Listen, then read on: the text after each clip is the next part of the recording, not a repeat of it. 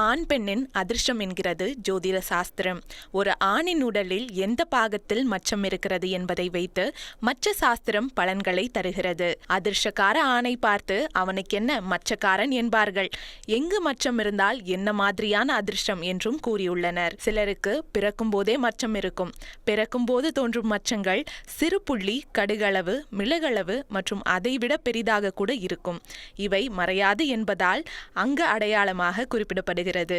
இந்த மச்சங்கள் சிலருக்கு ஆரம்ப காலத்திலிருந்தே நற்பலன்களை கொடுக்கும். மச்சம் ஏற்படுவதற்கும் கிரகங்கள் தான் காரணமாக இருக்கின்றன. ராகு, கேது கிரகங்களும் இரத்தத்திற்கு காரகரான செவ்வாயும் மச்சத்திற்கு காரணமாகின்றன. ஒருவரின் ஜாதகத்தில் செவ்வாய் நீசமாக ராகு, கேது தொடர்பு பெற்று சனி பார்வை பெற்றால் மச்சம் அதிகம் இருக்கும் என ஜோதிட அலங்காரம் சொல்கிறது. இது போன்ற அமைப்பு உள்ளவர்கள் உயர்ந்த பதவியில் இருப்பார்களாம். ஆண்களுக்கு இரு புருவங்களுக்கு மத்தியில் மச்சம் இருந்தால் தீர்க்கமான ஆயுள்.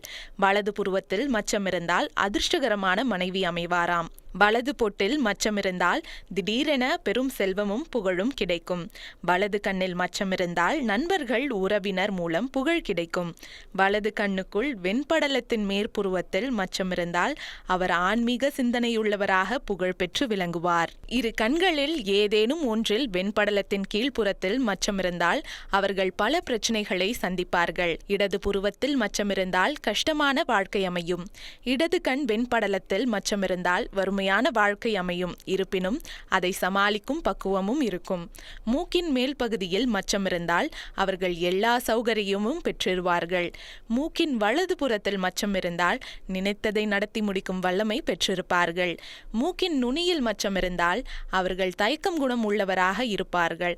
மூக்கின் இடது புறத்தில் மச்சம் இருந்தால் எதையும் நம்பாதவர்களாக இருப்பார்கள். தவறான பெண்ணின் நட்பு சேகமும் இவர்களுக்கு இருக்கும். மேல் உதட்டிலோ அல்லது கீழ் உதட்டிலோ மச்சம் இருந்தால் அவர்களுக்கு காதல் உணர்வு அதிகம் இருக்குமாம். மூவாயில் மச்சம் இருந்தால் செல்வாக்கு, புகழ் இவற்றோடு சமூகத்தில் நல்ல மதிப்பு பெற்றிருப்பார்கள்.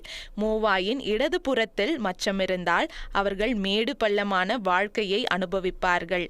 கல்வியறிவும் குறைவாக இருக்கும். மூவாய்க்கு அடியில் மச்சம் இருந்தால் அவர்கள் இசையில் வல்லுநர்களாக இருப்பார்கள். வலது காதில் மேல் நுனியில் மச்சம் இருந்தால் தண்ணீரில் கண்டம். இடது காதில் மேல் நுனியில் மச்சம் இருந்தால் பெண்கள் சம்பந்தமான விஷயங்களில் எச்சரிக்கை தேவை. இரண்டு காதுகளிலும் மச்சம் இருந்தால் அவர் அதிர்ஷ்டக்காரர். பேச்சு திறன், பிறரை வசீகரிக்கும் ஆற்றல், செல்வம் எல்லாமும் அவருக்கு எளிதாக கிடைக்கும்.